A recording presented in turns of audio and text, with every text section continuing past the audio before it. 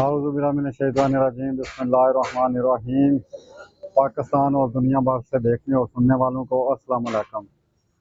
नाज़रीन, जैसा कि आप सबको पता है कि हमेशा सर्वे भी होता है तो शहरों में होता है, और अगर गरीब या मिडिल क्लास के हवाले से कुछ पता करना हो कि जो मौजूदा दौर है, जो दौर गुजर रहा है, उस दौर में मिडिल क्लास या गरीब किन हालातों में है, अगर ये भी पता करना हो तो शहरों में से पता किया जाता है। हालांकि शहरों में जो लोग होते हैं वो जो अगर कोई दुकानदार भी है तो वो भी लाखों रुपए तो दुकान का किराया दे रहा होता है। तो वो लोग जो हैं वो कैसे उन्हें पता होगा कि गरीब पे क्या गुजर रही है और गरीब का गुजारा कैसे हो रहा है। अगर पता करना हो तो इस तरह के इलाकों में ये जो लोग होते हैं ये थोड़ा थोड़ा 500-1000 रुपया किराया देकर अपनी मजदूरी करते हैं और सारा सारा दिन अपना पसीना बहाते हैं। इनके बहते हुए पसीने से जो आवाज़ निकलती है वो हकीकत होती है।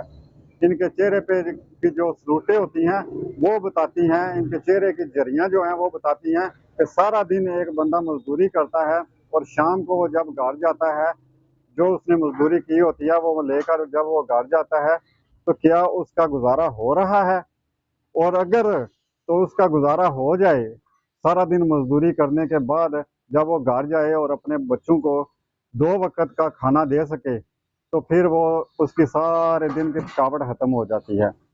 गरीब मांगता क्या है, गरीब चाहता क्या है इस मुल्क से, अपने मुल्क से जिससे वो बड़ा प्यार करता है, उस मुल्क से गरीब या एक मजदूर क्या चाहता है।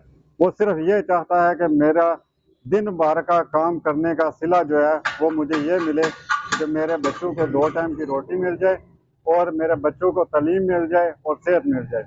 तो चले पता करते हैं कि इस वक्त जो हालात जा रहे हैं, अब तो पेट्रोल भी सस्ता भी हुआ है, तो उसके बावजूद भी पता करते हैं कि जो गरीब या मिडिल क्लास लोग हैं, जो मजदूरदार लोग हैं, वो इस तरह के हालात में कैसे गुजारा कर रहे हैं और ये लोग किस पार्टी को सपोर्ट करते हैं, ये भी पता करेंगे।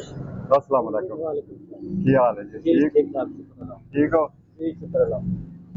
सुनाओ कैसा जा रहा है काम शाम? काम बस काम जिस दिन की ये हुकूमत आई है जी जी। उस दिन का इन्होंने तबाही करके रख दी है मुल्क की।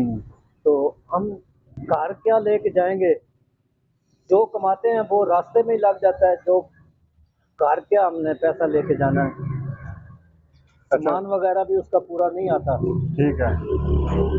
इन्होंने बस लूटना ही सीखा है, मुल्क संवारना नहीं सीखा। ये जो पैसा लूटा हुआ इन्होंने, 1-2 साल ये लूटना छोड़ दें तो मुल्क भी ठीक हो जाएगा। जो पैसा इन्होंने लूटा है वो अगर 2 साल अपने पैसों से गुजारा कर लें तो मेरा ख्याल है कि ये मुल्क ठीक हो जाएगा। ठीक है। तो इस वक्त जो है वो गुजारा जो है, आप सारा दिन मजदूरी करते हैं, इधर भी मजदूरी करते हैं, तो मतलब ये है कि इस मजदूरी करने के बावजूद भी गुजारा नहीं हो रहा। गुजारा भी नहीं है, सुकून भी नहीं है, सुकून भी नहीं है, जिंदगी में सुकून ही नहीं है। ठीक है। तो पार्टी किसको सपोर्ट करेंगे? इंशाल्लाह इमरान खान को सपोर्ट करते हैं, तो मरते दम तक इंशाल्लाह इमरान खान को सपोर्ट करेंगे। जी ठीक है।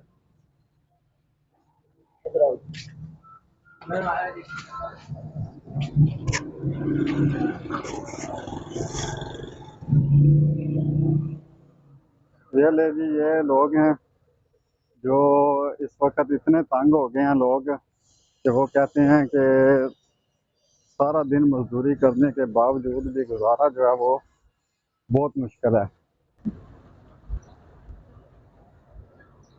अस्सलाम वालेकुम। सुनाओ ठीक हो? सुनाओ ठीक हो? ये कैसे हालात में? तो नरम नहीं है, क्यों? कम का चौखा ने सो नरम ने कम चौखा है?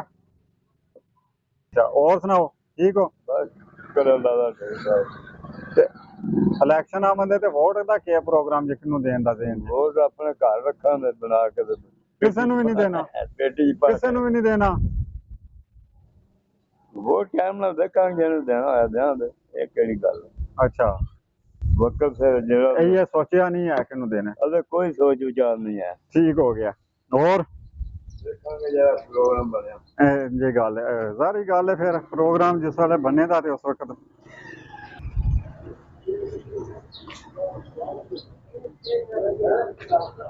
वे है इन्हां दे कम की हाल है ठीक हो नो ठीक हो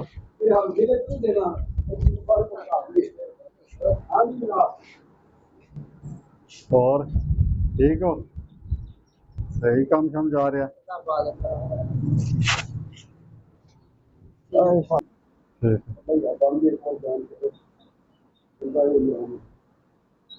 रोड का तो बड़ा ही मसला है पानी पानी अच्छा ये रोड तो याद आया कि जो रोड बन जाता तो फिर वोट पीपल पार्टी दे होंदे या वोट काम करना कराना है वोट हक बनता फिर इंज गल है कोशिश करनी है काम नहीं वोट नजरिए का होना चाहिए रोड का वोट नहीं होना चाहिए